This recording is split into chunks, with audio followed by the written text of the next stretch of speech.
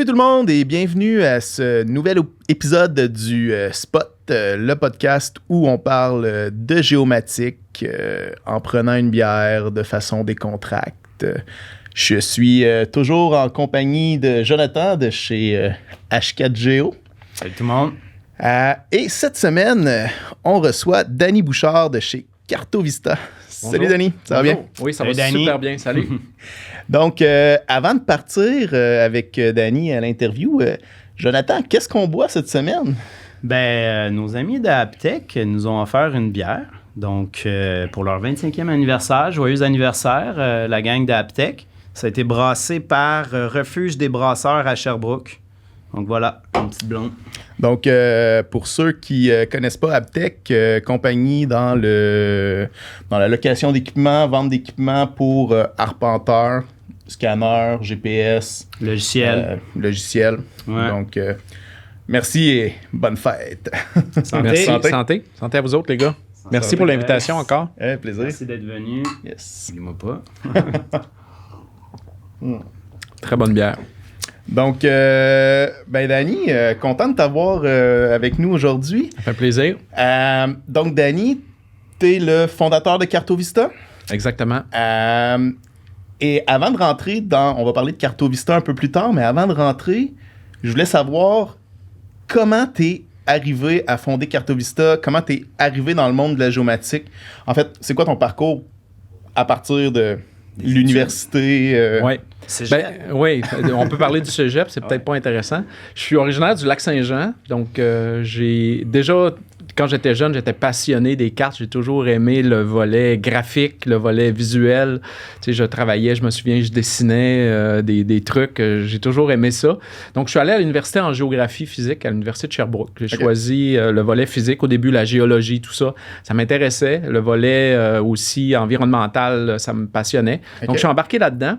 Puis au travers de ça, j'ai découvert le volet informatique. Je dirais, quand j'étais jeune, j'aimais un peu l'informatique, mais je n'étais pas tant passionné. Okay. Je pense que c'est à l'université que là, quand j'ai vu qu'on pouvait combiner les deux, c'est-à-dire de prendre les meilleures techniques d'informatique et tout ça, et avec la géographie, les systèmes d'information géographique, je les ai découverts en fait à ce moment-là. On parle de quelle année, juste pour On mettre parle en contexte? Dans les années 90, début des années 90. Donc, j'étais à l'université de 90 à 93, en fait. Fait que là, quand on parle système d'information géographique, on est dans les balbutiements. Là. On est Début pas, d'ArcMap. Exactement. Donc, on était au début, tout était sur les desktops. Je me souviens, j'étais en stage ici dans la région de l'Outaouais. Et puis, le seul ordi qui pouvait rouler le SIG, c'était un énorme poste de travail. Il fallait se déplacer avec le poste pour faire les démos, faire les présentations avec les chariots et les moniteurs qui pesaient une tonne. Là. C'était cette époque-là. Donc, au début, c'est ça, en fait, qui m'a amené dans la région de l'Outaouais. C'est les stages. L'Université de Sherbrooke était assez bien au niveau du régime coopératif. Ouais. Était très fort, je pense, au niveau là, SIG. Donc, j'ai eu l'occasion de travailler avec les logiciels de l'époque, les ArcMap, les MapInfo et tout ça. Et puis, j'ai tout de suite baigné dans ce contexte-là. Donc, j'ai eu l'occasion de faire des stages qui m'ont amené en Outaouais. OK. Puis, Fait que là, c'est quoi la géographie physique, là? Premièrement, ça existe ça encore à l'école? Est-ce qu'il y a comme un département géographie physique? Je ne sais pas si tu sais du. C'est une bonne question. Je pense que ça l'a évolué. Tu sais, essentiellement, c'est la géomorphologie. Ouais, c'est tout ce qui touche ouais. vraiment les sciences de la Terre un petit peu plus. Puis moi, j'ai un bagage un petit peu scientifique. J'ai fait les sciences pures et tout ça qu'on appelait à l'époque. Fait que j'avais un programme avec des cours en génie. Tu sais, il y avait un volet un petit peu plus, là, peut-être, entre guillemets, avancé. Là. Fait que j'ai toujours aimé ce volet-là, le volet génie, un petit peu sciences de la Terre, un petit à peu plus l'Université de puriste. Sherbrooke, sûrement que tu as fait des cours avec Hardy, je pense. Absolument, ouais. En climatologie. En climatologie, puis en géomorphologie aussi, je pense. Oui, exactement. Ouais, c'est un prof. Moi, je l'ai eu sur sa fin de carrière. Là, OK. mais, Ouais. Moi, ouais. j'ai pas entendu parler parce que je suis allé aussi à l'UDS. Là. OK. Ouais. On a Ben, pas étudié ensemble.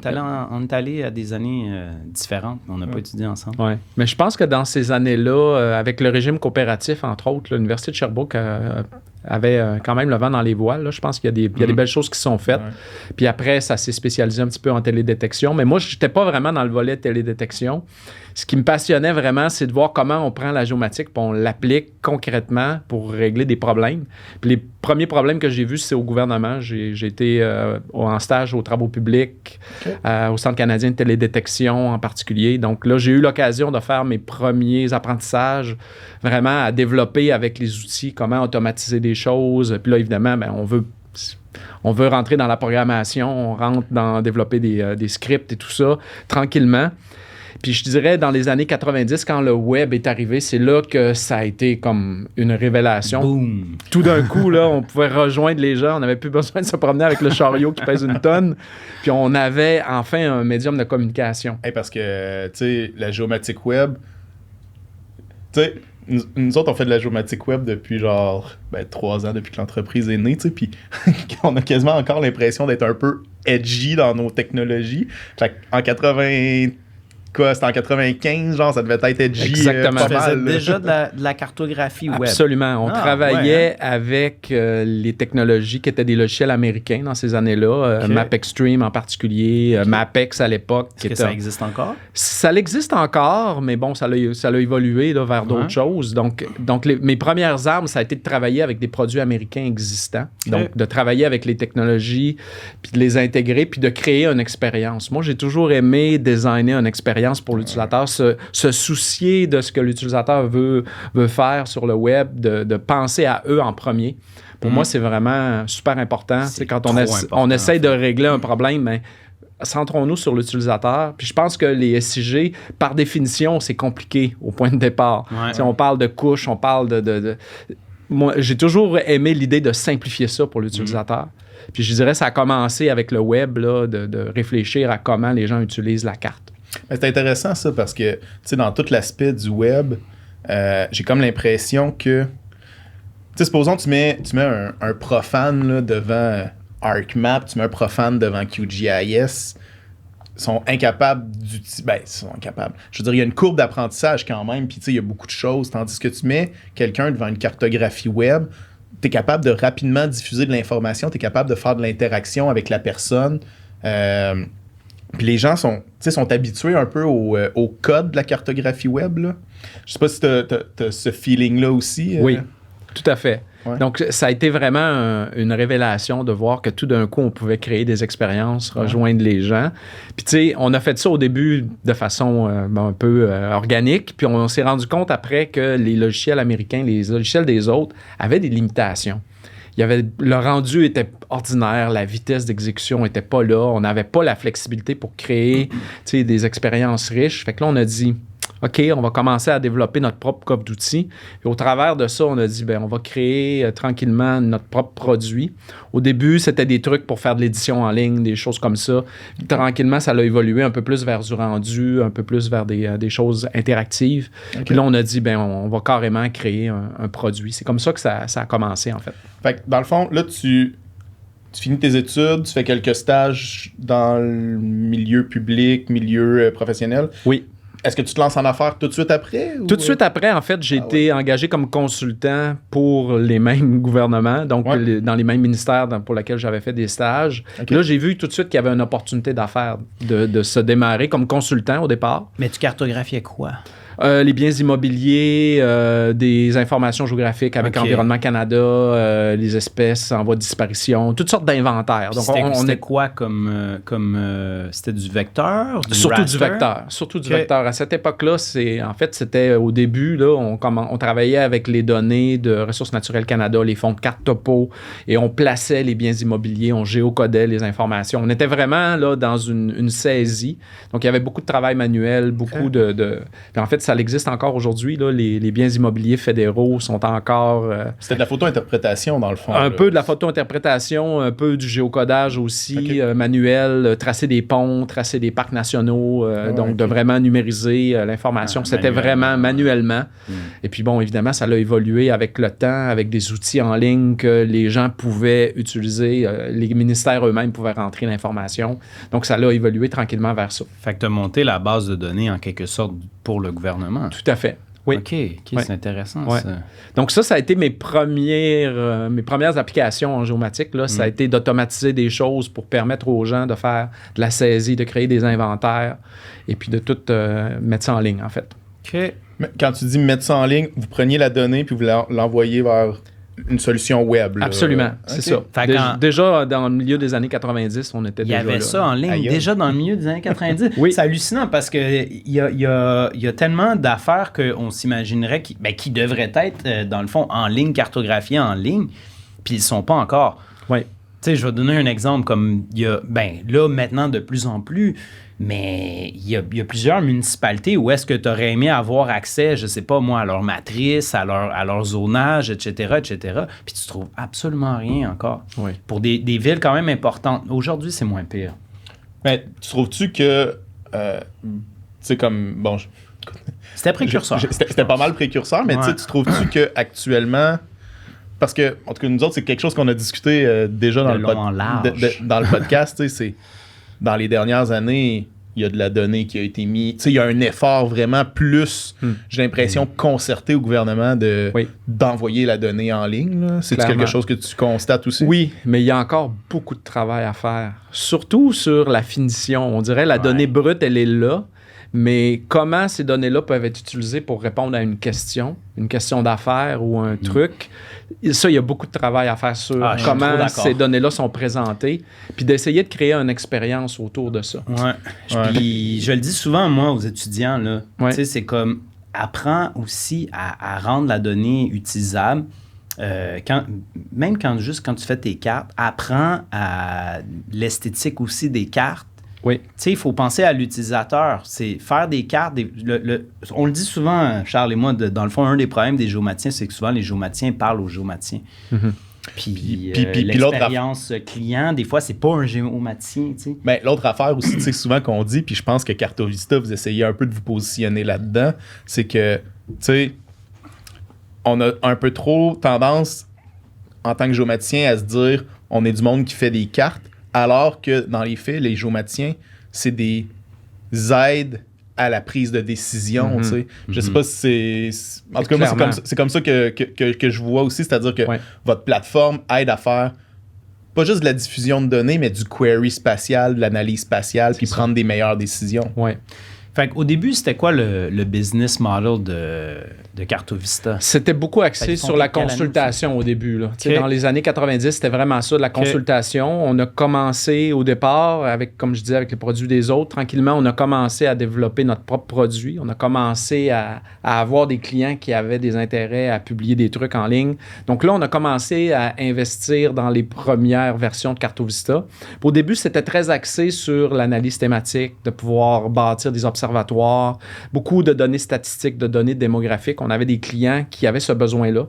Donc, on a mis l'emphase beaucoup dans le moteur sur comment créer des analyses thématiques à la volée. Donc, il n'y avait pas vraiment de produit. Il y avait Géoclip en France qui était assez avancé là-dedans.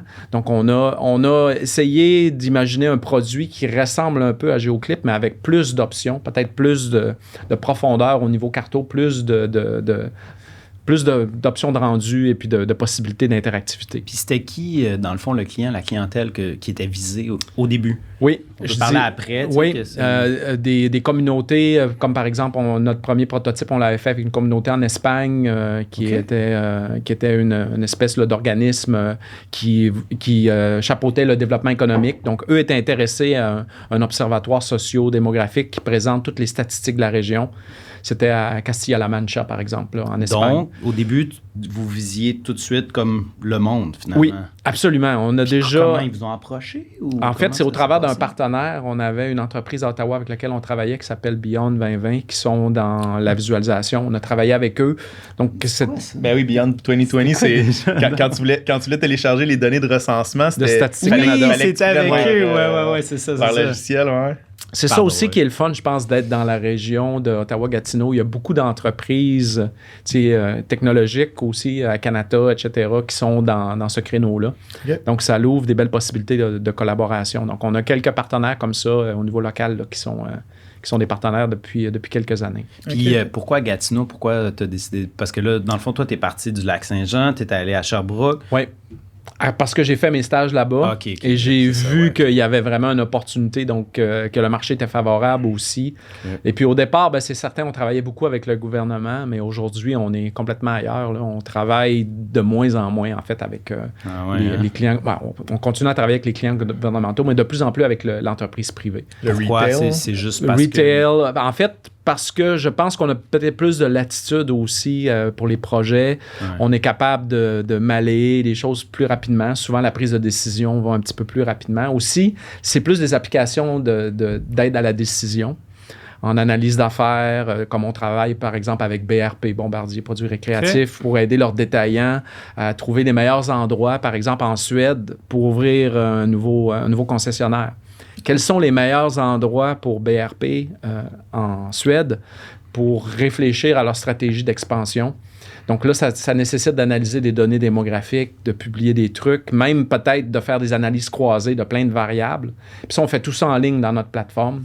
Donc, on peut faire des analyses de score, on peut prendre 3-4 variables, la démographie, population, on mélange les variables ensemble, on va faire une pondération à la volée, on va changer la pondération et on voit tout de suite les résultats sur la carte. Donc, c'est le genre d'expérience qu'on a développé avec les années. Est-ce qu'on parle de géomarketing ici? Clairement, oui. Okay. Donc, dans ce cas-ci, c'est vraiment une application classique de géomarketing. Puis, comment tu définirais le géomarketing? Bien, je pense que c'est d'aider les clients à voir des opportunités, de voir clairement sur la carte les données démographiques, de comprendre sa clientèle aussi et de profiler sa clientèle. Okay. Donc, souvent, les entrepreneurs, je pense ils vont avec le gut feeling pour définir leur prochaine acquisition, prochain point de vente.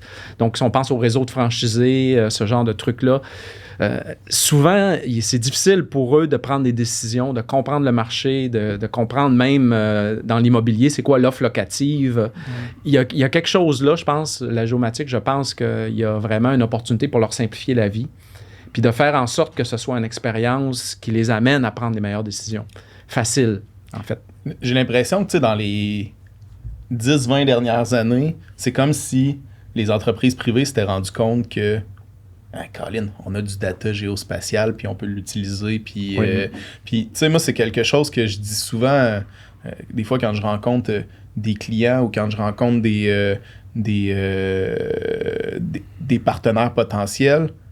Tu sais, je me dis, prends toutes les entreprises privées actuellement au Québec, là, puis en fait, à travers le monde, ils ont toutes une base de données géospatiale sans le savoir, qu'ils n'exploitent pas. C'est-à-dire qu'ils ont tout un carnet d'adresses de tous leurs fournisseurs, de tous leurs clients. Puis, tu sais, si on était capable de prendre cette donnée-là, de l'extraire, de la mettre sur une carte, bien, il sera en mesure de voir, OK, ma clientèle est distribuée comment, où est-ce que j'ai des opportunités, où est-ce que j'ai des... Puis, j'ai l'impression qu'il y a plein de monde qui se sont rendus compte de tout ça dans les dernières années, mais j'ai l'impression qu'il y a encore beaucoup de place là, pour... un exemple, c'est les CRM qui ont commencé à intégrer la Carto, Salesforce, etc. HubSpot aussi. Donc, il y a des places de marché dans lesquelles les géants des CRM ont vu une opportunité là, pour créer des choses. Mais je pense qu'on est encore au début. Là, il y a beaucoup de place à améliorer. Tu sais, c'est souvent des choses simples, des points sur une carte. Mais je pense que les gens veulent aller plus loin aujourd'hui. Ils veulent faire des analyses de temps de déplacement. Ils veulent comparer les profils démographiques de site A, site B, site C, les comparer ensemble facilement. Ce genre de truc-là, je pense que c'est ça la Bien, ça m'amène vers une question que je me posais, tu sais, parce que, bon, là, vous avez développé Cartovista, mais les produits que vous avez développés initialement, vous avez développé toute l'infrastructure, serveur de données cartographiques, visualisateur, tout ça a été développé from scratch? Non, on s'est appuyé sur, évidemment, des composants existants. Il y a des incontournables aujourd'hui. Quand on pense à PostGIS, par exemple, pour tout ce qui est base de données spatiales, c'est un must là, pour les données vectorielles. Donc, on travaille avec PostGIS. Même chose pour les données matricielles. On travaille avec Geotiff. Donc, il y a des belles librairies qui sont super bien, qu'on peut exploiter. Donc, l'idée, c'était de s'appuyer sur des choses existantes, GEDAL, OGR, tous ces trucs-là pour la connexion des données. Donc, il y a des beaux projets open source que je pense qui sont là, qui sont supportés aussi par la communauté. Donc, nous, on ne voulait pas réinventer la roue. Je dirais le gros de l'investissement, ça a été vraiment dans la visualisation. Beaucoup de choses côté client, beaucoup de choses en HTML5 pour faire le rendu, pour vraiment créer une expérience. Je dirais que ça a été pas mal là l'investissement. Le reste, on s'est appuyé sur des choses qui existaient parce que ça servait à rien vraiment de réinventer la roue de ce côté-là. Puis tu sais, comme supposons, parce qu'un des défis quand même en web, c'est souvent le transfert de données. Tu sais, comme... Tu disais tantôt, ils ont beaucoup ils utilisent beaucoup de points, ben c'est parce que le point, c'est relativement léger, là. Mais tu sais, quand tu tombes dans des géométries un peu plus complexes, des polygones, des lignes, là, tu sais, comme, faut quand même que la vitesse de rendu soit relativement bonne. Oui. Fait que tu sais, comme, vous, comment vous gérez ça? Est-ce que comment vous gérez l'envoi des données? Oui, en fait, il y a toutes sortes de techniques qu'on utilise. Là, on fait de la généralisation multiniveau, on fait de la préparation, on fait du caching. Il y a toutes sortes de techniques là, qu'on utilise, des quad trees, etc. Server-side, client-side, les deux. Donc, on a développé des algorithmes qui permettent d'afficher la donnée puis d'aller quand même assez loin au niveau vectoriel, là, nativement en HTML5. Donc, on fait, par exemple, du clustering, on fait de l'agglomération de points à la volée, soit client-side ou server-side. On a les deux, en fait. Donc, tout dépendamment du jeu de données avec lequel on travaille, là, on est capable de faire les deux. On a des clients qui ont des millions de points qui s'affichent super bien dans CartoVista, vraiment en dessous d'une seconde. Là. Ah ouais, OK. Ouais. Donc, ça, c'est vraiment intéressant. Tout est une question de préparation de la donnée. Puis c'est là que la base de données spatiale nous aide beaucoup là, pour préparer les choses. Hein. Est-ce que vous... parce que on en parlait dans un de nos podcasts dernièrement. Moi, présentement, je trouve que la grosse révolution, c'est la tuile vectorielle. Est-ce que vous tuilez vos vecteurs actuellement? Oui, exactement. Ouais. On travaille avec un service tuilé dynamique là, qui va prendre la donnée, qui va la tuiler en optimisant avec des quad trees, justement, aussi. Okay, c'est ça. Donc, c'est ça aussi l'avantage d'avoir notre propre moteur, c'est qu'on surveille évidemment ce qui se passe dans le marché pour essayer de l'optimiser le plus possible. Mais il y a encore du travail à faire, là, c'est jamais fini. Donc, non, c'est ça, on veut toujours surpasser les performances puis aller plus loin. Puis bon, les clients nous arrivent toujours avec des jeux de plus en plus volumineux. Puis des fois, il y a des choses qui sont comme trop, là, c'est sûr. Ah ouais, c'est ça, exact. Donc, il faut considérer le vecteur, mais aussi les données attributaires qui sont attachées au vecteur. Ah, exact. Puis nous, on fait beaucoup avec les données aussi. T'sais, on permet de prendre n'importe quel champ, de créer des représentations, puis ensuite de les modifier. On a créé quelque chose d'assez riche au niveau thématique. Donc, tout ça, ça vit en mémoire. Là. Donc, il faut Avez-vous comme genre des options où est-ce que tu dis, je sais pas moi, je laisse la donnée attributaire sur le serveur, puis je la demande juste on the spot. Avez-vous ce genre de ben, c'est important de pouvoir choisir qu'est-ce qu'on veut exposer ou non, parce que imagine une table avec 300 champs. Est-ce que c'est vraiment pertinent de récupérer ces 300 champs-là systématiquement? Non, là. Clairement pas. Surtout si tu as 200 000 enregistrements, là, ça fait quelque chose de trop gros en mémoire. Oui, non, c'est ça, exact. Fait que quand les clients, dans le fond, ils vous livrent des données, vous devez les trier d'abord. En fait, on a développé quelque chose de vraiment autonome. Les clients peuvent publier eux-mêmes leurs cartes. Donc, on a développé un module qui s'appelle le publicateur, qui permet aux gens de concevoir une carte. Puis c'est ce module-là qu'on est en train présentement de refaire complètement en mode web. C'est un logiciel desktop, le publicateur. Et puis la grosse révolution qu'on est en train de faire maintenant, puis c'est un gros investissement, c'est justement de remplacer ce module-là par une interface web qui va fonctionner par glisser-déposer. Donc, on fait un drag and drop de notre shape et puis on peut configurer tout ça nativement direct dans le browser. C'est-tu compatible avec différents types de données, genre GeoJSON, Shapefile? On travaille pour tout intégrer ça vraiment facilement, puis ça va être une expérience assez révolutionnaire. Ouais. On est là-dessus présentement. Là. Donc, ça, c'est la version 8 de CartoVista sur laquelle on travaille là, pour cette année. Là. Ah ouais, OK. Ouais, on a déjà commencé le développement. C'est pas mal excitant. Ouais. Très excitant. Puis chacun, dans le fond, ont comme leur profil. Puis, tout à fait. En fait, tout ça, ça fait partie d'une stratégie qui vise à migrer vers SaaS, vers Software as a Service. Donc, on a déjà beaucoup de trucs en ligne. On a déjà CartoVista Online qui est déployé, mais qui n'est pas vraiment en mode abonnement, en mode 100% SaaS encore. Donc là, on veut créer une application 100% SaaS dans laquelle les gens peuvent essayer le produit, peuvent embarquer, peuvent vraiment découvrir la solution.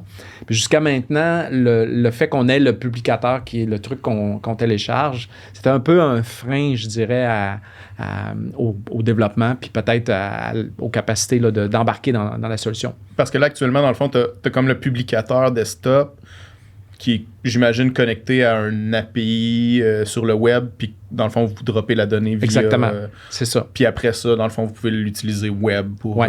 OK.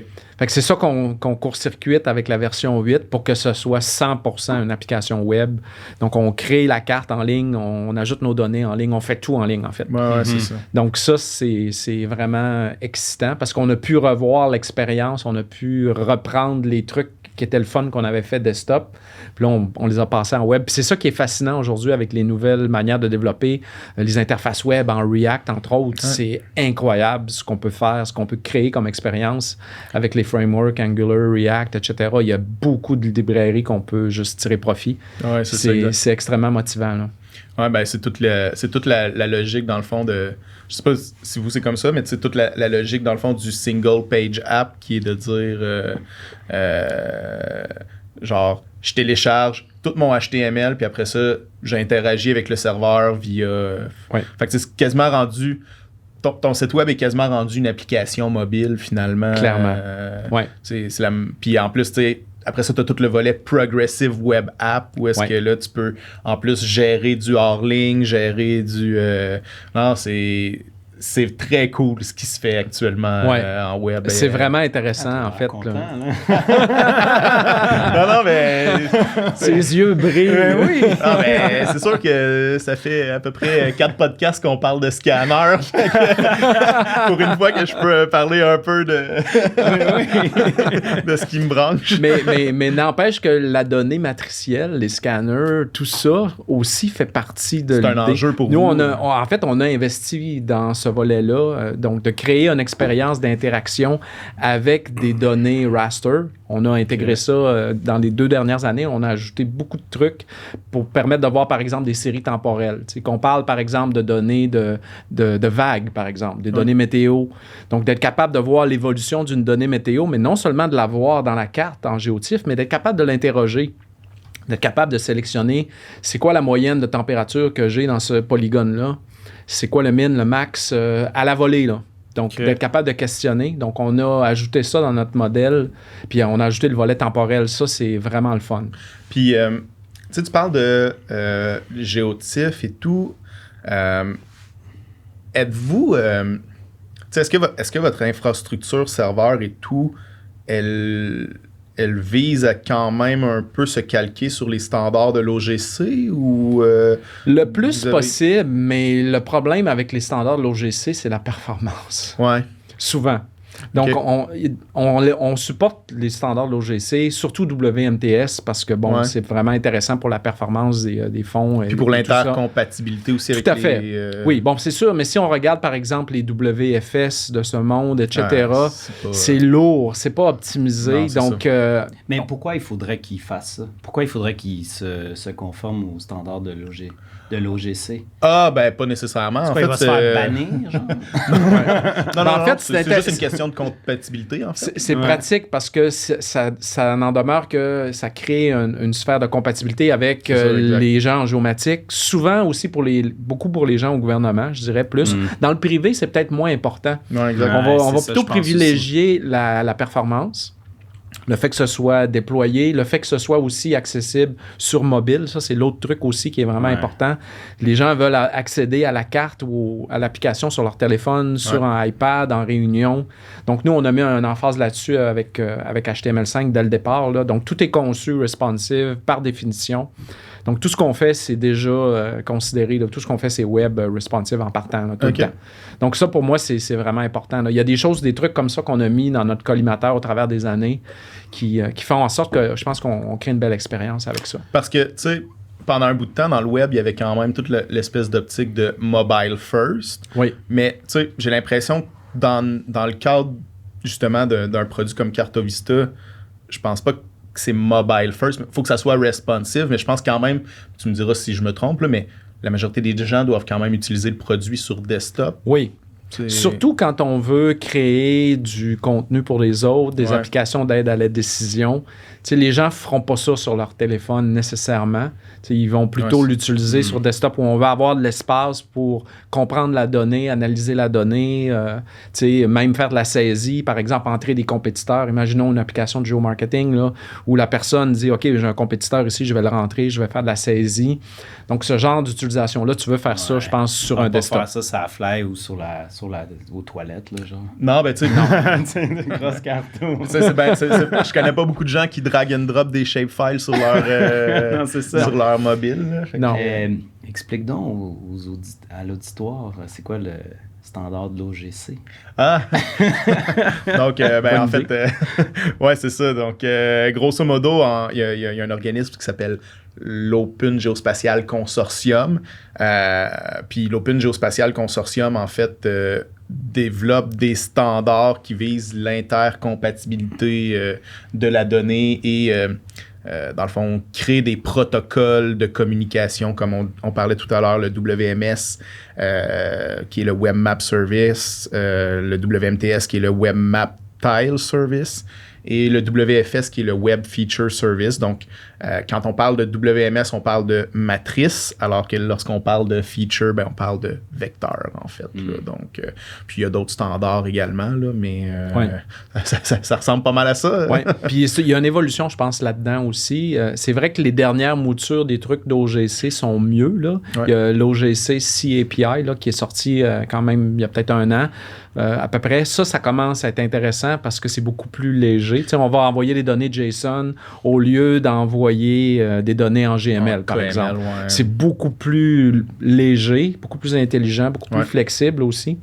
Fait que je pense que l'OGC, au travers de ces altérations, voit la possibilité d'améliorer sa performance, mais souvent, c'est pas nécessairement aussi performant qu'on aimerait. Ouais, c'est ça. Mais tu sais, moi, une des choses que je constate actuellement dans le SIG desktop, là, c'est que j'ai l'impression que le SIG web est en train d'amener des standards dans le SIG desktop. Tu sais, genre un standard comme le GeoJSON qui est très clairement web natif devient un standard dans le desktop également. Il est intégrable dans QGIS. Exactement. Puis, c'est vraiment génial ce qui se passe avec le Cloud Optimized GeoTIFF. Là. C'est super. C'est vraiment intéressant. Nous, on s'appuie là-dessus à 100%. Qu'est-ce que ça fait? Ça permet de prendre un gros GeoTIFF puis de le déployer sur le cloud facilement. Rapidement. Ça crée des pyramides, en fait, de sorte que à toutes les échelles, on a toujours quelque chose de rapide. Puis ça utilise le protocole web, là, en fait. Ça utilise 100% là, les protocoles. En fait, ça utilise la même technique que le vidéo. Tu sais, quand on a du vidéo, ça t'envoie juste une chunk du fichier. C'est la même chose. Okay. Donc, il y a une manière d'aller chercher des sous-parties du fichier facilement avec un protocole web. Ça utilise ça. Est-ce que... parce que là, moi, c'est l'aspect que je comprends... moi, ça, c'est mes développeurs back-end qui me font ça. Moi, je fais plus le front-end. Mais est-ce que c'est compressé en format binaire comme un protobuf? Ou c'est une bonne question. Non, je pense que c'est envoyé directement. Donc, il y a la librairie, il y a un projet open source qui s'appelle la librairie GeoTIFF côté client qui permet de lire le GeoTIFF en natif, en binaire. Donc, essentiellement, ce qu'on va faire, c'est qu'on va lire une partie du fichier, puis c'est envoyé directement. Puis c'est ça qui fait que c'est rapide aussi. Donc, le rendu se fait là, directement par le biais de cette librairie-là. OK. Mais c'est quoi que vous cartographiez comme GeoTIFF en raster? La topobartimétrie, beaucoup. Donc, tout ce qui est données météo, données de vagues, prédictions. Météo pour qui? Par exemple, en analyse côtière, on va analyser la géomorphologie, les changements. Donc, on va analyser, par exemple, l'érosion. Entre autres, là, on fait ça présentement pour pas mal... tout le Québec méridional au complet. Avec l'Université du Québec à Rimouski, là, on a un projet de recherche où on analyse l'érosion côtière sur toutes les municipalités. Oui, avec Pascal, exact. Donc ça, c'est un projet vraiment intéressant. Et tu as les ministères provinciaux qui sont impliqués là-dedans aussi, beaucoup, ministère des Transports. On identifie en fait les infrastructures à risque au travers de ça aussi. Donc ça, c'est vraiment un gros projet de recherche à laquelle on participe. Puis tout ce qu'on a développé en GeoTIFF permet de justement regarder les modèles de prédiction de vagues On peut voir les prédictions des vagues, voir c'est où. On peut même analyser là, quel va être l'impact potentiel, où et quand. Puis c'est là que le volet temporel de ce qu'on a développé est super intéressant, là, parce que tu peux analyser, OK, à tel endroit, à tel point, c'est quoi l'impact dans le temps des vagues. Là, on peut le voir visuellement dans, vous avez un comme graphique. Un graphique qui permet de voir temporellement le changement. Donc, on le fait maintenant avec des données vectorielles et des données matricielles. On a les deux maintenant. OK.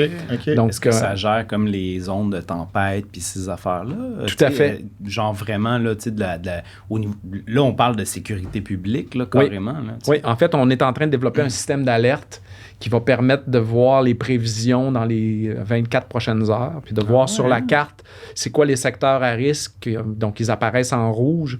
Là, on peut cliquer sur la carte, puis on peut voir concrètement c'est à quelle plage horaire qu'il va y avoir, par exemple, un impact. Genre, on ne souhaite pas, là. Non, mais ça ressemble un peu à ça, ces ondes de tempête-là. Là, un micro-tsunami, là, on va dire. Ben, je pense qu'au Québec, ça serait plus les phénomènes de surcote. Submersion, potentiellement, ou d'érosion importante. Là.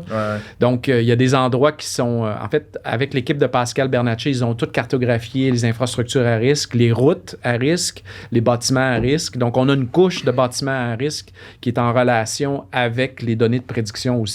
De sorte qu'on est capable d'identifier que tel édifice, par exemple, pourrait potentiellement être submergé. Puis le modèle de prédiction, il vit dans Cartovista? Ou non. Non, c'est ça. Vous récupérez la donnée. Exactement. Donc, c'est là qui est le fun parce qu'avec ce qu'on a développé, on a un API qui permet d'envoyer des données à Cartovista, de le renseigner.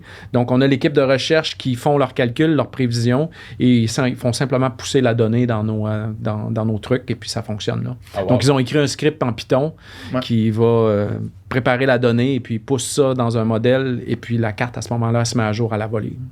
Wow, c'est très cool. Ce serait intéressant d'avoir M. Bernatchez au podcast.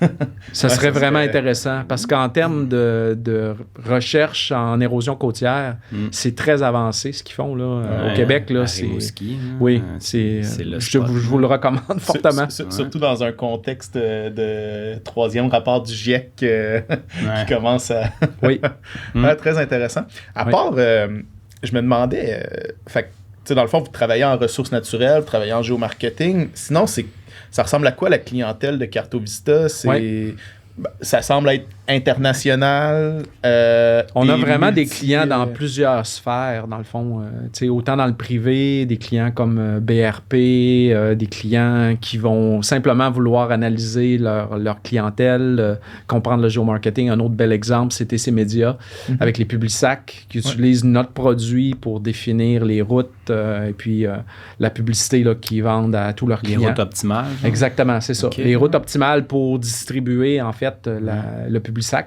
Puis d'aider les clients. Bon, les clients, c'est des Renault Dépôt, des Canadian Tire, etc. Qui utilisent notre produit pour présenter les résultats, présenter le plan de match en géomarketing aux clients. Donc, on des points des gens qui ne veulent pas le Publisac, genre? Oui. Puis même, il y en a, puis il y a des plaintes, il y a tout ça. Puis il y a des superviseurs qui vont faire le tour. En fait, là, on a développé récemment une application qui aide les superviseurs à voir les endroits où ils sont passés. C'est une application mobile, en fait, là, qu'on a développée en personnalisation. Qui permet de suivre, de suivre en fait les endroits où il y a eu des suivis, les endroits où il y a eu des plaintes, etc. Puis de voir ça sur la carte, là, c'est assez classique là, comme application, mais bon, c'est aussi l'avantage d'être en développement en géomatique, c'est qu'on peut se permettre de faire des fois des applications personnalisées. C'est sûr que je vous dirais l'emphase est beaucoup sur le produit, mais bon, dans ce cas-ci, on utilise le produit un petit peu. On fait des trucs on the side. Là. C'est pour ça qu'on cherche à avoir des partenaires qui sont aptes à développer ou à prendre notre produit puis à personnaliser des choses, là, d'où l'intérêt de discuter avec des entreprises comme celle de Charles, par exemple, qui excellent là-dedans. Non, mais c'est clair que, tu sais, c'est vraiment intéressant parce que, tu sais, je vois votre entreprise, 30 ans quand même d'existence, puis c'est vraiment... surtout dans un domaine comme ça. Surtout dans le domaine de la géomatique. Oui. Puis, tu sais, je vois ça, puis, tu sais, c'est drôle parce que j'écoutais ton parcours initial quand tu disais au début on s'est positionné comme une entreprise de service, puis là on a développé vers comme du produit, on a commencé, nous on est littéralement là-dedans là, présentement là, on a commencé à faire des mandats externes, mais là oups. OK, hey, ce bout de code-là, il revient souvent. C'est un besoin que tout le monde... crème, on dirait que tous les clients semblent avoir besoin de ce bout de code-là. Bon, ben, OK, on va le packager puis on va le réutiliser. Puis j'imagine que ça a été un peu votre réflexion initiale. Hein? Clairement. Ben, c'est pour ça qu'un plan d'affaires... tu sais, écrire un gros plan d'affaires avec ça d'épais, là, au début, là, ça se fait de moins en moins. Oui. Aujourd'hui, c'est du développement itératif. Les gens, ils vont faire des petits prototypes, ils vont améliorer tranquillement. C'est du continuous delivery, c'est vraiment ça. Ouais. Donc, je crois beaucoup là-dedans. Puis, on essaie d'adopter ça de plus en plus. On réduit le scope de ce qu'on veut faire. On commence par des petites itérations, puis on y va de façon naturelle comme ça. Fait que jusqu'à date, ça marche assez bien. Là. Parce que, tu sais, souvent, parce qu'on s'entend, là, développer un feature dans un logiciel, c'est time consuming. Là, ça prend terrible. Du temps. Puis, c'est toujours trop long. C'est toujours trop long. Puis, si c'est pas backé par un besoin client, c'est peut-être du temps que tu viens de prendre et que tu viens de mettre à la poubelle, là, dans le fond. Là. Ouais. Fait que, en fonctionnant... Puis c'est drôle parce que c'est quand même un truc que pas mal toutes les startups, je sais pas si vous avez lu The Lean Startup, mais c'est vraiment le principe de base de Lean Startup. C'est fais un produit, un MVP, teste-le avec le marché, vérifie comment tes utilisateurs interagissent avec, modifie-le quand tu as l'interaction. Exactement, c'est ça. C'est de la validation. Cette étape-là de validation avec les clients est fondamentale. Exact. C'est hyper important. Puis ça fait partie du défi aussi, peut-être qu'on vit un petit peu, parce que jusqu'à date, Cartovista, ça sert à des gens dans le municipal, ça sert à des gens qui font du géomarketing, ça sert à toutes sortes d'utilisations qui peuvent être des fois un peu techniques. On a même des compagnies minières qui prennent notre produit, qui vont analyser la végétation autour des sites miniers. Okay. Versus une entreprise qui veut développer son réseau de concessionnaires à l'international. C'est complètement différent. Ouais. Mais c'est sûr, il y a des choses en commun entre les deux. Mais ce qu'on est en train de faire présentement, c'est d'essayer de trouver justement un sweet spot avec le besoin de la clientèle. Pouvez-vous développer des produits, disons, orientés vers des clientèles précises? Ouais, on a commencé à faire ça. On a développé, par exemple, un truc qui permet de gérer des territoires. Ce qu'on appelle le gestionnaire de territoire, qui permet de comparer, d'assigner des territoires, de gérer, en fait, OK, qu'est-ce qui se passe si j'ai un nouveau concessionnaire dans ma franchise, si je l'installe là, je lui assigne des blocs, en fait, je lui assigne un territoire. Donc, on a développé déjà un petit module qui fait ça spécifiquement, qui est très, très, très business, très orienté vers une utilisation d'affaires. Puis moi, je crois beaucoup dans ce créneau-là, d'avoir une solution qui est très cadrée sur un besoin d'affaires. Ouais. Très précise, qui répond à une question. Là. Ça fait pas 10 000 affaires, ça fait une chose, puis ça le fait bien. Puis l'expérience est centrée là-dessus. On accompagne l'utilisateur. Okay. Donc ça, à mon avis, c'est là que c'est le plus intéressant. Est-ce que tu développes comme des algorithmes différents ou est-ce qu'il y a des calculs différents dépendamment des industries? Oui, mais je dirais souvent ces trucs-là sont assez génériques. C'est général, OK. C'est ça. En fait, ce qui va changer, c'est comment on présente, c'est l'expérience, comment on aborde le client. Tu sais, si c'est de la gestion de territoire, on va avoir une liste de territoires, on veut que ce soit facile de choisir un territoire, de l'éditer, de le modifier. Tu sais, c'est ce genre de truc-là ou de réfléchir, OK, à partir d'un territoire, tu veux faire quoi? Essayer d'accompagner, puis s'imaginer que c'est pas une personne en géomatique qui va l'utiliser, c'est monsieur, madame, tout le monde, c'est une personne ou une secrétaire d'une entreprise que le patron n'a pas le temps, c'est elle qui s'occupe de gérer les informations. Donc, on essaie de penser à ces genres de cas-là d'utilisation. Puis c'est un défi, là, c'est sûr que c'est un défi, parce que la cartographie, même si... Il y a toujours une balance entre la richesse, le volet sophistiqué et jusqu'à quel point c'est facile d'utilisation. Exact. C'est difficile. Il y a une balance là. Ben, puis je pense que c'est pas juste en cartographie, c'est en technologie en général. Ouais. Moi, c'est souvent quelque chose que je dis aussi à mes clients, c'est t'as le choix entre la simplicité ou la généralité, tu sais, que tu peux... Est-ce que tu veux quelque chose qui soit simple, mais qui répond à un besoin, ou quelque chose qui est moins simple, mais qui répond à tous tes besoins? C'est beaucoup ça, là. Ouais. C'est quoi l'avenir pour Cartovista, un peu? Super bonne question. C'est clair que c'est vers le SaaS, donc les abonnements en ligne, de plus en plus permettent aux gens d'intégrer des données facilement, de découvrir notre solution. Donc, on croit vraiment là-dedans. Je pense que le volet interopérabilité aussi, on parlait tantôt de CRM, d'être capable de brancher des données facilement. Pour moi, ça, c'est la pierre angulaire de ce qu'on s'apprête à faire là, avec la version 8.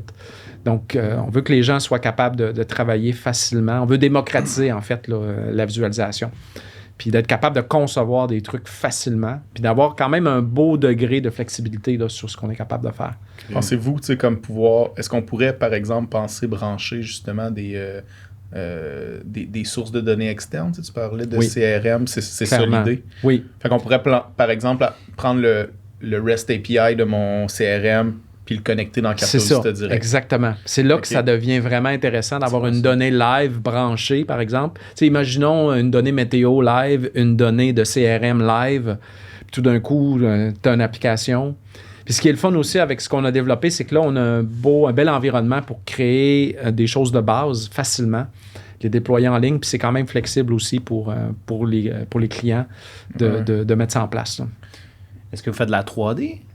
On a commencé à en faire un petit peu, mais la demande pour la 3D n'est pas là plus que ça. Okay. Je dirais on en fait un peu dans le projet d'érosion côtière, parce qu'il y a un besoin vraiment de voir la donnée en 3D, les modèles en 3D, l'élévation, l'érosion, tout ça, c'est extrêmement pertinent pour eux.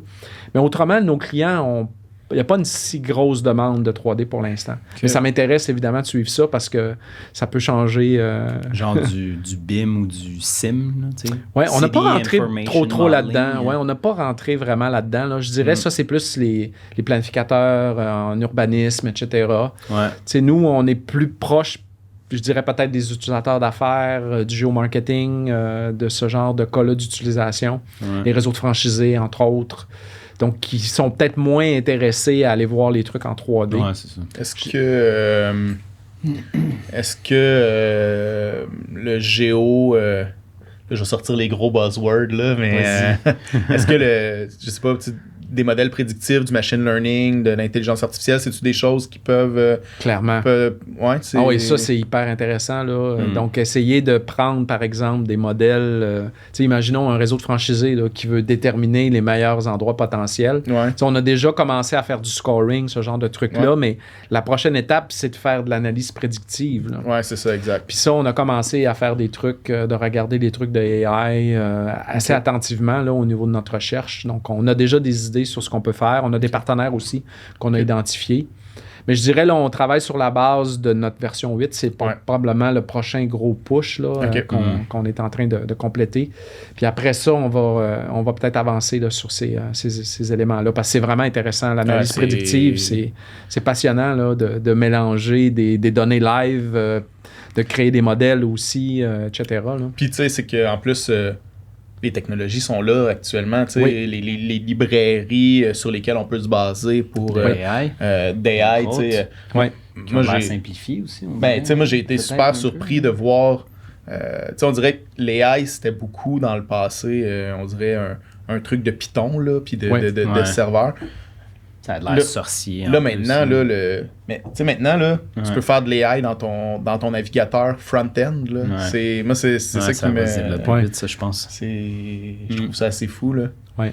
Puis on a beaucoup de nos partenaires qui travaillent avec l'AI, là, entre autres PCI, Geomatics, que vous connaissez. Ah là. OK. On travaille, exactement. On travaille beaucoup avec eux. Donc, eux font de la détection d'objets, etc. depuis des années. Ouais. Donc, eux sont vraiment là-dedans. Ils utilisent Cartovista, en fait, pour leurs produits à eux. Ils utilisent notre produit pour visualiser sur le web avec des clients. Donc, ça, c'est vraiment, vraiment le fun. Là, on a un beau partenariat.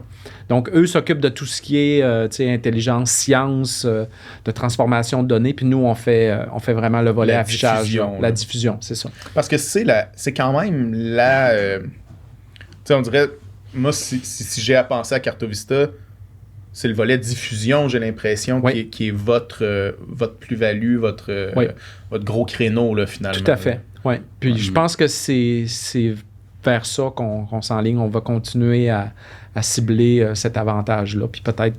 Parce qu'à un moment donné, tu peux pas tout faire. Tu peux pas Non, c'est ça, tout exact. faire les arguments. Surtout, on est quand même une relativement petite équipe. Là, on est 20, donc, tu sais, on peut pas s'étendre aussi. Puis l'idée, c'est de choisir les trucs les plus porteurs pour nous, là. Ouais, c'est Ouais. ça. Puis c'est quand même un bon investissement, là, ce qu'on fait présentement avec la version 8, là, d'avoir toute l'équipe de développement à temps plein là-dessus pendant aussi longtemps. Mais en même temps, c'est motivant. Je pense que ce projet-là va nous amener complètement ailleurs. On est en train de se refaire une image aussi. Fait que c'est motivateur pour tout le monde. Puis version 8, quand c'est déployé, c'est natif SaaS, on peut avoir, on se prend un abonnement, puis on est dans CartoVista. On est dans CartoVista. En fait, tu sais, précédemment, on avait le publicateur, on avait le SDK, on avait plein de petits composants un peu séparés. Là, tout d'un coup, CartoVista en version 8, c'est une application qui est web, qui est cloud, puis c'est beaucoup plus simple pour nous à déployer aussi. Puis on bénéficie de l'infrastructure cloud, on peut scaler plus facilement. Tu sais, on a vraiment orienté tout notre développement dans les dernières années pour ça, pour pouvoir être capable de gérer de la volumétrie, de gérer de la complexité, être capable que n'importe quel client puisse déposer ses données puis les visualiser, créer une expérience autour de ça, 100% web. C'est vraiment ça qui était notre motivation. Quel nombre d'abonnements vous allez avoir? Ouais, Ça va être des abonnements mensuels, simplement. Aussi simple que ça. Il va y avoir différents trucs selon le volume de données. Évidemment, il va y avoir le facteur là, données qui va jouer. Mais essentiellement, ça va être un modèle assez intéressant de ce côté-là. Est-ce que vous avez comme des différences aussi de modules? Tu sais, Oui. tu parlais par exemple des vagues. Je veux dire, si moi je m'abonne puis j'ai pas nécessairement besoin de savoir, tu sais, d'avoir... En fait, ça va être assez flexible de ce côté-là. Tu sais, les trucs de vagues, je pense pas qu'on va nécessairement mettre ça à disposition. C'est quelque chose qui est vraiment spécialisé. Mais l'idée de CartoVista, de l'abonnement, c'est générique. On rentre n'importe quelle donnée. Tu sais, au départ, on va y aller avec une application générique de visualisation qui permet de faire toutes sortes de choses. Mais ce qu'on veut faire au travers de ça, c'est d'utiliser la version 8 après pour développer des applications verticales. Par exemple, en géomarketing, par exemple, en gestion de territoire, ou par exemple, dans le domaine municipal. Tu sais, dans le domaine municipal, il y a un besoin aussi de prendre des données sociodémographiques, de présenter, de développer des observatoires, par exemple. Mm-hmm. On voit ça souvent. Je pense que les organismes ne sont pas super bien servis de ce côté-là. Donc, il y a vraiment une opportunité. Fait que je pense que c'est ça qu'on cherche à faire avec la version 8, c'est créer une base, puis ensuite de permettre à nous, à nos partenaires, de prendre cette base-là, puis de la modeler selon l'expérience qui est requise par le client. Mais ça, c'est intéressant aussi parce que, tu sais, on n'en a pas parlé, mais supposons pour des entreprises qui ont peut-être un pouvoir de développement, vous avez aussi un SDK disponible pour tout à fait. Pour CartoVista. Fait que quelqu'un qui voudrait dire, ben OK, mais je veux pas partir de zéro, mais j'ai besoin de développer une application web. Puis je pense que c'est ça qui est peut-être le plus intéressant. Parce que, dans le fond, on a des partenaires qui peuvent se connecter avec notre REST API, envoyer des données. Puis, on a des partenaires qui peuvent créer une expérience aussi, tu sais, au lieu de réinventer la roue, de redéfinir complètement. Tu sais, on a plein d'outils qu'on a développés au travers des années. Si on veut personnaliser, créer quelque chose. Puis là, c'est de plus en plus facile avec des librairies comme React de mélanger des choses. C'est tellement facile et simple. Puis je pense que c'est ce volet-là qui devient intéressant là, pour le développement. Fait que vous vous adressez à plein de styles de clientèle, en fait. Oui. Des gens qui ont, monsieur, madame, tout le monde, qui n'ont pas nécessairement de notion en cartographie, autant à Charles, qui lui va utiliser justement le SDK, tu sais. Ouais. Mm-hmm. C'est clair. Je pense que c'est ça l'idée, c'est d'être ouvert aussi à ce qui se passe et puis de pouvoir développer des choses pertinentes. Là. Mm. Ouais. Ah ben, très intéressant en tout cas. Merci. Merci beaucoup ça fait plaisir. de ta présence. Ça fait plaisir. Je pense que ça a permis à beaucoup de monde aussi de peut-être découvrir CartoVista aussi. Vous n'êtes pas encore enseigné dans les universités, j'imagine? Non, on aimerait ça. On essaie de faire des ponts avec le volet éducationnel, là, c'est certain. Là. Ouais, c'est c'est pas nécessairement facile d'être partout puis d'être connu. Là. Donc, les gens, souvent, connaissent Esri, les gros joueurs, c'est sûr. C'est ça. Mais tu sais, c'est ça aussi qui est le fun au Québec. Je pense qu'on a des belles entreprises qui développent des beaux produits. Mm-hmm. Puis souvent, on passe un peu méconnu. Oui, c'est vrai. Ça, moi aussi, j'avais déjà entendu parler de Cartovita, je t'avais déjà rencontré aussi. Ouais.